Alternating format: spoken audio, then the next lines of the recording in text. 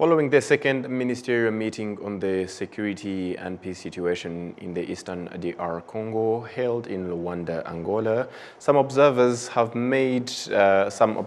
have been made after the meeting agreed to a ceasefire between parties to the conflict in the eastern DRC, starting August 4th, 2024, under the supervision of an enhanced ad hoc mechanism. It has also been noted that Rwanda remains committed to achieving lasting peace in the region by addressing the root causes of the conflict. RBA's Silvanus Karemera sat down with Rwanda's Minister of Foreign Affairs and International Cooperation during an interview to expound on this development. We understand yesterday you met your counterpart from the DRC under the mediation of the Congolese Minister of Foreign Affairs, specifically discussing about what is happening in the eastern part of the DRC, regarding the security and safety and so on and so forth. Could you shed more light on the specific, points that you undertook during this particular meeting with your counterparts? This was the second ministerial meeting under the Rwanda process between the Democratic Republic of Congo and the Republic of Rwanda under the mediation of the Republic of Angola. The first meeting took place on 21st of March in Angola, and also followed consultations between heads of state of the three countries. Yesterday, yes, we spent around 20 hours discussing the situation in Eastern DRC, and then we agreed that there is a need for a ceasefire between the parties in conflict in Eastern DRC, this ceasefire will enter into force on the 4th of August at midnight, local time. Which we chose 4th of August because it came after the end of the humanitarian truce that was announced by the United States. Yes. So we want a kind of continuation, and this ceasefire will be monitored by an ad hoc mechanism reinforced by intelligence officers of the three countries, Angola, DRC, and Rwanda. And then after that, these experts will also meet very soon to discuss other pending issues in order to find sustainable peace in Eastern DRC. We understand that the warring parties in DRC is actually the government of the DRC and the M23 forces. It looks like though the M23, which is in question, the DRC's government is put aside. And therefore, the question comes like, what the essence of such kind of ceasefire when actually one of the potential actors is not involved? It's not the first time that it happens, because you are now at the second ministerial meeting. There was a first in March, but there was also even a summit, I think, before. But the Rwanda process is a process of states. Yes. DRC, Rwanda, and Angola. And what we agreed is a ceasefire of the warring parties in Eastern DRC. And then what we will do as signatories of this agreement is to ensure about its implementation. First through the ad hoc mechanism that I was talking about, but also to use our influence in order to be sure that this agreement will be implemented. But most of all, it's not the Rwanda process will not be enough. It's not the only process, because there is also the EAC-led Nairobi process, process of the East African Community, led by His Excellency President Uhuru Kenyatta, and this process is a process that goes at the root causes of the crisis, because there is a military track and a political track. The political track provides for a dialogue between Congolese parties, the government of Congo and the groups, armed groups in Congo, because we always talk about the M23, but there are more than 250 groups in Eastern DRC, armed groups in Eastern DRC.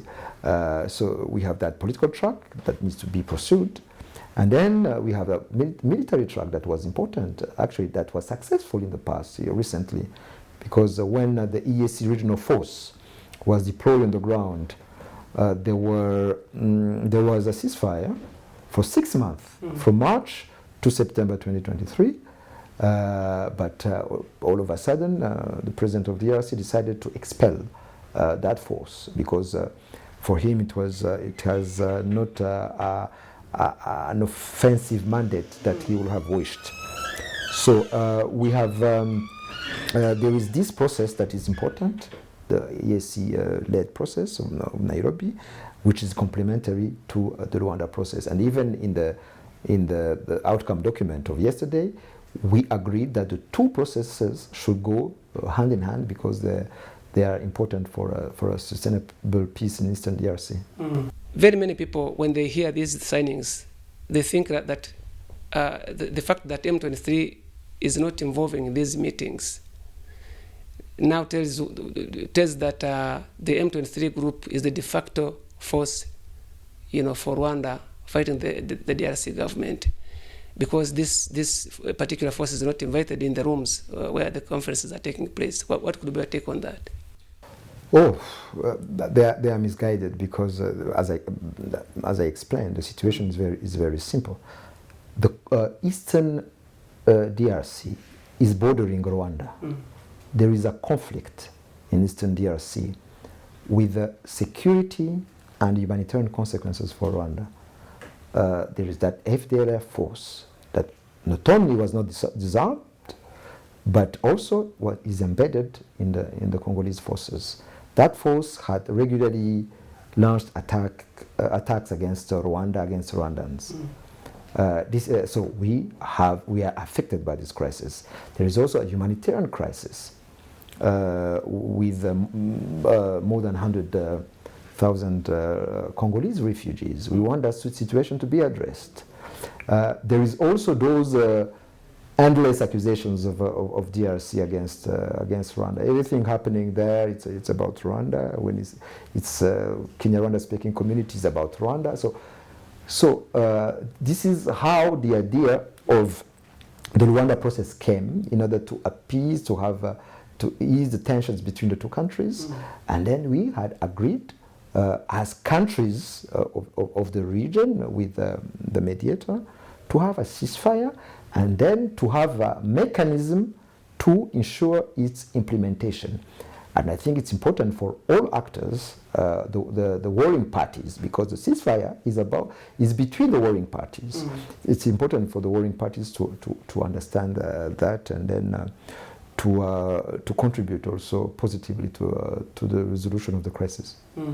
Maybe the last question. So now that the warring parties have signed the ceasefire, do we know the way forward? What the process entails in the way forward after the ceasefire has been, signed? Soon after the entry into force of the ceasefire, there will be a meeting of experts of the three countries, Angola, DRC, and Rwanda. Mostly intelligence officers, intelligence experts, but also other experts like military experts, even diplomats, to discuss about pending issues. There are still pending issues that were already flagged in the last meeting of 21st of March, about mostly about the neutralization of the FDLR and the disengagement of forces. So they will have that discussion about, from experts who will submit a report to the ministers, and then we have planned to meet soon to review the progress of first of all the implementation of the ceasefire, but also the progress in how we address the pending issues that will be discussed. But we should bear in mind that this will not be about the root causes in general of this crisis, because, as I said, we should also not lose sight of of the Nairobi process, because this is the process that is between the Congolese government and armed groups of Congo.